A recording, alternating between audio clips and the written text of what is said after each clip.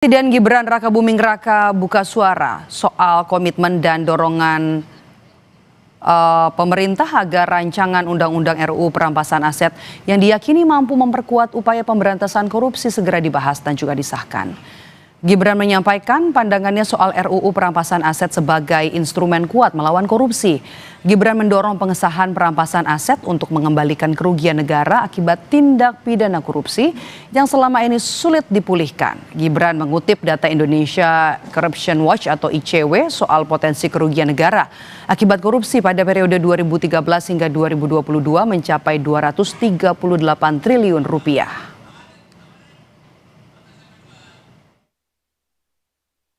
Indonesia sangat perlu memperkuat sistem hukumnya agar mampu mengembalikan aset negara, membuat jera para pelaku, serta melindungi masyarakat dari potensi kerugian akibat korupsi. Teman-teman, komitmen dari Bapak Presiden sebagai pucuk pimpinan negara sudah sangat jelas. Tapi kesungguhan Bapak Presiden untuk memerangi korupsi dengan instrumen hukum baru yang bisa membawa manfaat besar bagi bangsa. Jika kita sungguh-sungguh ingin memberantas korupsi, maka koruptor harus dimiskinkan. Inilah esensi dari RUU Perampasan Aset yang saat ini menjadi sangat penting dan mendesak. Menanggapi pernyataan Wapres Gibran soal rancangan Undang-Undang Perampasan Aset, Indonesia Corruption Watch atau ICW menilai penting bagi pemerintah dan DPR menegaskan komitmen dalam mendorong RUU Perampasan Aset harus disertai aksi nyata untuk mewujudkannya. Wacana RUU Perampasan Aset ini muncul kembali ketika adanya kritik publik berkaitan dengan pemberantasan korupsi yang dikeluarkan oleh TI, Transparansi Internasional, berkaitan dengan CPI yang menurun begitu. Jadi bagi kami adalah penting untuk menegaskan bahwa pemerintah dan DPR itu harus memiliki komitmen terhadap RUU Perampasan Aset, dan jika tidak prosesnya masih akan ditunda, maka itu hanya apa yang disampaikan oleh Wakil Presiden Gibran bagi kami hanya sekadar lip service belaka saja.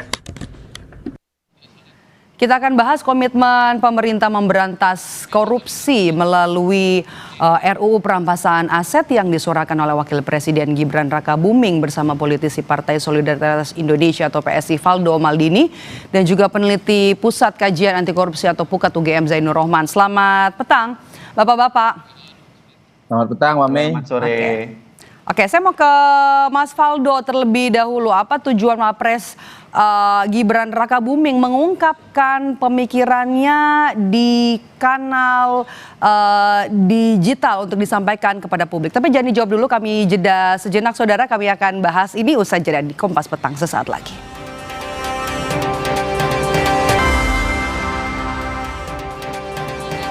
Kembali bersama saya Maido Pelfrina di Kompas Petang. Saudara, kita bahas soal RUU Perampasan Aset yang disuarakan oleh Wakil Presiden Gibran Rakabuming bersama dengan politisi Partai Solidaritas Indonesia PSI Valdo Maldini dan juga peneliti PUKAT UGM Mas Zainur Rohman. Saya tadi sempat terpotong ya bersama dengan Mas Valdo. Mas Valdo, apa kemudian tujuan Wapres untuk mengungkapkan pemikirannya di kanal digital kepada publik?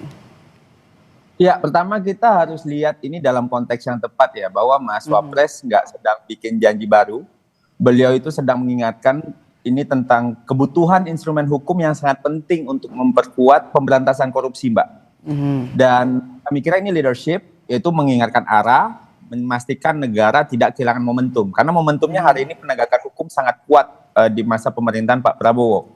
Yang kedua, fakta yang disampaikan oleh Mas Wapres sangat jelas karena kerugiannya besar banget, itu korupsi, tapi yang kembali kecil banget. Artinya sistem hukum yang ada hari ini itu memang nggak cukup kuat tuh untuk memulihkan kerugian negara kita itu secara maksimal. Nah, yang ketiga, berbicara soal RUU Perampasan Aset ini kan bukan sekedar simbol ya, ini ngasih kepastian hukum juga nih bagi aparat penegak hukum untuk ngejar dan ngambil aset yang hasil korupsi itu. Karena tanpa instrumen ini kan banyak hasil korupsi itu nggak bisa kita sentuh. Dan ini juga bukan wacana kosong seperti banyak disampaikan oleh teman-teman lainnya di civil society bahwa RUU Perampasan Aset ini udah masuk prolegnas. Ini bagian dari agenda resmi negara sesuai arahan Presiden. dan menjadi prioritas pembahasan di Komisi 3 DPR. Oke. Nah, video ini juga sebelumnya tuh udah disampaikan nih Mbak oleh Mas Wapres dengan audiensi dengan beberapa mahasiswa beberapa kali kan. Jadi Mas Wapres sedang menyampaikan kembali aspirasi publik dan ini bukan aspirasi satu arah tentunya. Ini adalah respons dari beliau keliling menerima audiensi dari masyarakat gitu loh. Mas Faldo, apa yang kemudian dilakukan oleh Wapres supaya RUU perampasan aset ini bisa cepat gol begitu loh di Dewan, di DPR? Ya tentunya kalau kita ingin serius ya Mbak ya memberantas korupsi, ya ini soal keseriusan untuk kembaliin uang rakyat, itu yang pertama. Dan ini juga bukan di atas kertas, ini juga bisa dipakai untuk MBG, Kopdes Merah Putih, CKG dan lain-lain. Tentunya proses politik harus kita dukung. Nah, pemerintah udah oke nih. Disampaikan juga waktu di tahun 2019 itu direvisi Undang-Undang KPK, itu DPR yang inisiatif. Nah, makanya kalau menurut kami, kita dari PSI ya, kita mendukung penuh lah apa yang disampaikan oleh Mas Gibran, karena ini juga tidak hanya soal pemberantasan korupsi, tapi penindakan agar pemulihan keuangan negara. Nah, kami kira kita harus sama-sama dorong ke DPR gitu, Komisi 3 terutama untuk menuntaskan RUU ini gitu. Karena kalau nggak dituntasin, ya lagi-lagi ini teman-teman akan bilang ini janji lagi gitu loh. Dan sebagai negara demokrasi, bagian dari proses legislasi dan ini juga merupakan komitmen negara yang namanya sistem hukum harus kita perkuat. Dan kami kira mungkin kita tidak butuh hari ini sinisme soal ini, tapi dukungan agar ini sama-sama nih reformasi hukum ini bisa selesai. Mas Gibran mantik, mudah-mudahan ini menjadi isu yang akan membesar, termasuk bagi kami di PSI, mendorong proses legislasi di DPR untuk bisa lebih cepat dan ini tidak lewat lagi Mbak, karena kan kita tahu, karena korupsi ini kan korupsi ini masalah, RUU perampasan aset ini untuk ngambil kembali apa yang mereka rampok gitu loh. Oke, Mas.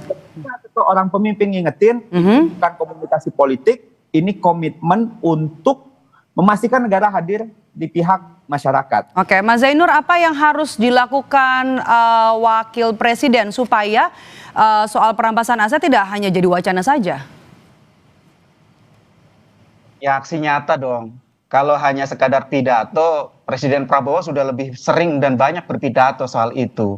Tapi nyatanya indeks persepsi korupsi Indonesia saat ini anjlok menjadi 34/100 setara dengan Nepal dan negara-negara Afrika. Ini artinya kegagalan pemberantasan korupsi dalam waktu 1 tahun terakhir. Kalau memang misalnya Wapres ini punya inisiatif ya, mau kolaborasi dengan Presiden Prabowo, silakan bisa roadshow ke parpol-parpol, yakinkan ketum-ketum parpol bahwa ini adalah RUU yang dibutuhkan untuk mempercepat efektivitas pemberantasan korupsi. Atau kalau ini adalah presiden, menurut saya sangat mudah. Kumpulkan ketum parpol, terserah mau di Hambalang, mau di Istana, beri perintah kepada mereka agar mereka semua dukung, agar RUU ini bisa segera untuk disahkan. Tapi Mbak Maidof, saya mau kasih sedikit wawasan soal RUU perampasan aset. Ini ada kesalahpahaman di publik bahwa seakan-akan ini menjadi panacea, obat dari segala macam bentuk perbuatan korupsi di Indonesia dan kesusahan untuk aset recovery.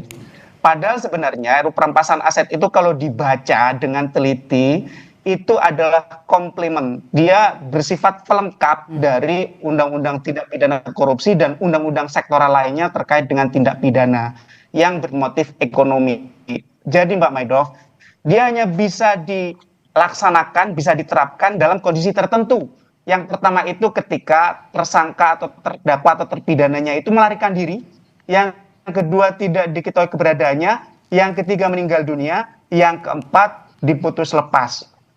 Kalau orangnya ada Mbak Maidof, itu tidak bisa pakai RUU perampasan aset. Lantas bagaimana? Lantas sebenarnya butuh satu lagi, yaitu kriminalisasi illicit enrichment. Itu ada di mana? Ada di RUU Tipikor, tindak pidana korupsi. Jadi saya khawatir publik akan kecewa, akan kecele bahasa Jawanya ketika RUU perampasan aset disahkan, tiba-tiba situasi akan berbalik 180 derajat. Tidak. Kenapa? Karena itu adalah sehingga Mbak Maidof tidak bisa dipilih nih. untuk memperbaiki RUU Tipikor, untuk mengesahkan RUU perampasan aset, untuk mengesahkan RUU pembatasan transaksi uang kartal, dan yang paling penting adalah kembalikan independensi KPK dengan cara revisi kembali Undang-Undang KPK. Bang Maidov. Oke, ini juga yang bisa kita kutip dari apa yang disampaikan oleh Wakil Presiden Gibran Rakabuming dalam videonya adalah memastikan soal kepastian hukum begitu ya, agar kemudian juga RUU perampasan aset ini jadi regulasi yang tidak disalahgunakan nanti ke depannya begitu. Pandangan Anda? Ya, kalau non-conviction based asset forfeiture itu bukan merupakan criminal procedure. Dia tidak mempidana orangnya, dia mengancam asetnya, sehingga biasa disebut sebagai in rem, bukan in personam. Nah, di sana memang butuh ya pengaman-pengaman, safeguarding untuk memastikan bahwa aparat penegak hukum itu tidak abuse of power. Bagaimana caranya? Semua tindakan dari aparat penegak hukum wajib dikontrol. Oleh siapa? Oleh badan judisial, yaitu dalam bentuk meminta izin hakim. Yang kedua, hukum acara perampasan aset itu harus dipastikan ada keseimbangan antara pembuktian non pidana dengan hak dari seorang pemilik atau penguasa dari aset tersebut untuk membuktikan bahwa asetnya berasal dari perolehan yang sah. Jadi itu untuk memastikan bahwa tidak ada perbuatan yang semena-mena. Yang ketiga, Mbak Maidov, harus dipastikan bahwa tidak ada satupun lembaga penegak hukum yang punya kewenangan dominan. Kewenangan ini harus dipecah-pecah, harus dipisah-pisah agar mereka bisa saling kontrol, saling mengawasi, termasuk di dalam pengelolaan aset, Mbak Maidov. Karena banyak, Mbak Maidov, aset-aset sitaan atau tersenyum begitu di apa yang disampaikan oleh Mas Zainur. Ini jadi sinyalkah kalau pemerintah ini sebenarnya gemas ya? Karena RUU perampasan aset ini belum juga dibahas di DPR, di parlemen. Iya, sebenarnya kan gini ya, kalau seandainya sekedar pidato dan janji, itu nggak masuk prolegnas, Mbak. Ini kan udah masuk prolegnas, berarti kan ini jadi prioritas pembahasan. Jadi kami kira ini bukan wacana kosong aja, ada proses konstitusional yang lagi jalan kami kira. Dan yang kedua, kita kan negara demokrasi, kami yakin Mas Zainur dan kawan-kawan paham itu, kita nggak bisa nih ngeksekusi undang-undang sendirian. Bukan satu orang selesai, memang harus ada pembahasan di DPR, sinkronisasi, kesepakatan politik juga tadi yang disampaikan. Kami kira ini justru menunjukkan sistem kita itu bekerja ya. Dan ini soal political will juga sih Mbak, kalau kami kira ya, bahwa Mas Gibran secara terbuka bicara soal kerugian negara dan lemahnya asset recovery. Jadi ini kan nggak defensif ya, tapi menyatakan bahwa pemerintah itu sadar gitu, bahwa ada celah dan ini mau diperbaiki. Dan tadi juga bicara soal dukungan partai, ya kami kira tidak perlu saling menyalahkan. Kalau ada yang bilang yakinkan ketum parpol tadi kayak Mas Zainur, justru ini momentumnya gitu. Karena pemerintah sedang mendorong dan semua partai memang harus membuktikan komitmennya untuk hal itu. Memang kita udah punya KPK, peradilan tipikor, digitalisasi anggaran, tapi memang ada celah itu. Dan RUU perampasan aset ini menurut kami adalah bagian dari perbaikan itu. Maksudnya gini, ini kan bukan gagal ya, tapi ini sedang kita perkuat. Apa yang terjadi? Kita sedang perkuat nih, karena dalam sistem presidensial, pembentukan memang kerja bersama gitu. Kalau presiden maksa DPR ya bahaya juga buat demokrasi Mbak Mei gitu kan. Dan kami kira yang tadi nggak kalah jauh lebih menarik ya yang disampaikan oleh Mas Zainur ya, bahwa jika pelaku bisa lari atau meninggal, negara itu bisa tetap ngambil asetnya Mbak. Jadi koruptor itu mungkin bisa lari gitu, tapi uangnya tuh nggak boleh ikut lari gitu loh. Karena selama ini kan sistem kita itu basisnya pidana. Artinya kan harus ada pelaku, pengadilan, vonis gitu. Kalau pelaku kabur dan meninggal, prosesnya berhenti. Kan negara nggak. Nah RUU ini kan juga ada keinginan untuk fokusnya itu pada aset hasil kejahatan gitu. Bukan hanya pelakunya aja. Dan ini pelengkap. Dan justru menutup celah terbesar. Karena selama ini kasus-kasus besar ya, tapi aset recovery-nya sangat kecil. Negara ini tahu nih, ada uang nih, tapi nggak bisa diambil gitu. Karena pelakunya nggak bisa diproses pidana. Dengan RUU ini harapannya negara tetap bisa merampas aset yang terbukti dari hasil kejahatan mekanisme perdata gitu loh Mbak. Jadi memang spiritnya sama sih kami kira, dan negara-negara praktik internasional juga udah ada, mereka ada non-conviction based asset itu, sehingga perampasannya nggak perlu nunggu vonis pidana. Dan negara modern nih Mbak ya, itu kan udah ngejar duit tuh, bukan lagi ngejar orangnya gitu. Jadi kami kira ini sebuah upaya yang baik, yang sama-sama punya spirit yang sama, teman-teman civil society sama, pukat sama, partai seperti PSI juga sama. Kita berharap civil society, masyarakat juga, mahasiswa juga, sama-sama kita kawal. Mudah-mudahan nih tahun 2026 ya, masih awal tahun nih, mudah-mudahan jadi tuh barang. Gol ya, 2026 ya. Oke, Pak Zainur, yang terakhir saya mau ke Anda. Bagaimana kemudian apa yang harus dilakukan oleh pemerintah supaya ini tidak hanya jadi wacana dan ini bisa gol di tahun 2026 ini, RUU perampasan aset? Ya, yang pertama harus sadari ya, atas kegagalan pemberantasan korupsi 1 tahun terakhir. Harus diakui ini gagal, indeks persepsi korupsi kita itu turun dari 37 ke 34. Kalau tidak mau mengakui kegagalan, denial, selamanya kita tidak bisa memberantas korupsi dengan baik. Itu yang pertama. Yang kedua, butuh upaya-upaya luar biasa untuk melakukan percepatan pemberantasan korupsi. RUU perampasan aset sangat kami dukung dari 2008. Silakan googling. Kami punya hasil penelitian 2008 dari Pukat gitu ya. Jadi yang paling penting sekarang adalah bagaimana agar elit-elit politik itu mau duduk bersama dan berkomitmen untuk ini segera bisa disahkan. Saya pikir sekali lagi kalau presiden yang kumpulkan sudah banyak lah ya. Contoh undang-undang yang lahir dalam tanda kutip satu malam gitu ya. RUU KPK, perubahan undang-undang KPK dalam undang-undang 19 2019 di zaman bapaknya Gibran itu 13 hari.